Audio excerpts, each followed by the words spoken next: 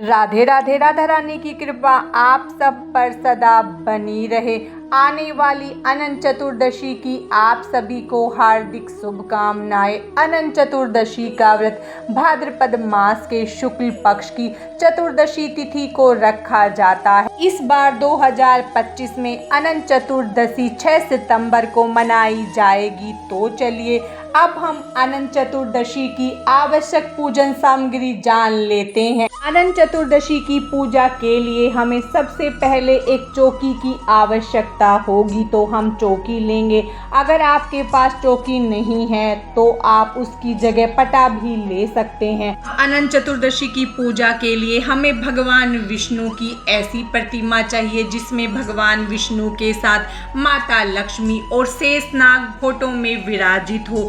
आपके पास अगर ऐसी मूर्ति या फोटो है तो आप वो ले लें। अगर आपके पास भगवान विष्णु की ऐसी फोटो या प्रतिमा नहीं है जिसमें शेषनाग बने हुए हैं तो आप अलग से मिट्टी से शेषनाग बनाकर वो भी ले सकते हैं।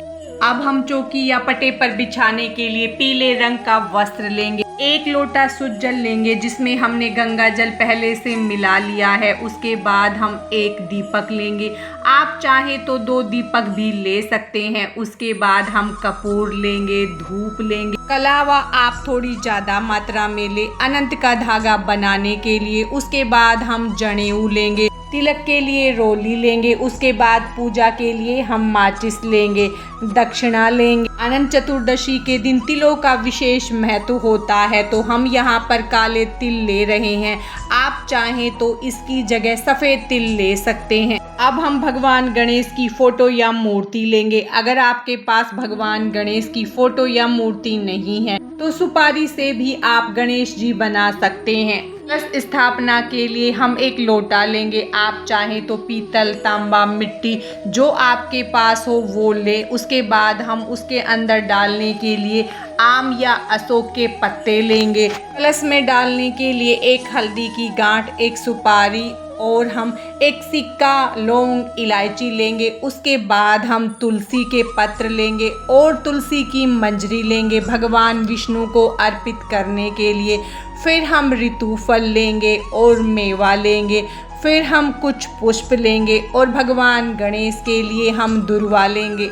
माता लक्ष्मी को अर्पित करने के लिए अब हम श्रृंगार का सामान और 1 चुनरी लेंगे। फिर हम अनंत का धागा लेंगे। आप चाहें तो अनंत का धागा आप कलावे से बनाकर तैयार कर सकते हैं या फिर आप बाजार से भी अनंत का धागा लाकर उसे भी आप पूजा में रखकर अपनी कलाई पर बांध सकते हैं। अनंत चतुर्दशी की ये आवश्यक पूजन सामग्री थी। कम या ज़्यादा आप अपनी श्रद्धा और सामर्थ्य के अनुसार कर सकते हैं। अनंत चतुर्दशी का व्रत और पूजन करने से अनंत गुना फलों की प्राप्ति होती है और घर में सुख समृद्धि बनी रहती है। आप अनंत चतुर्दशी का व्रत भी कर सकते हैं या सिर्फ आप अनंत चतुर्दशी की पूजा कर सकते हैं। अनंत चतुर्दशी की पूजा सुबह की जाती है। अनंत चतुर्दशी के दिन भगवान के अनंत स्वरूप की पूजा की जाती है। आज की इस वीडियो में बस इतना ही। भगवान विष्णु और माता लक्ष्मी की कृपा आप सब पर सदा बनी रहे। राधे राधे।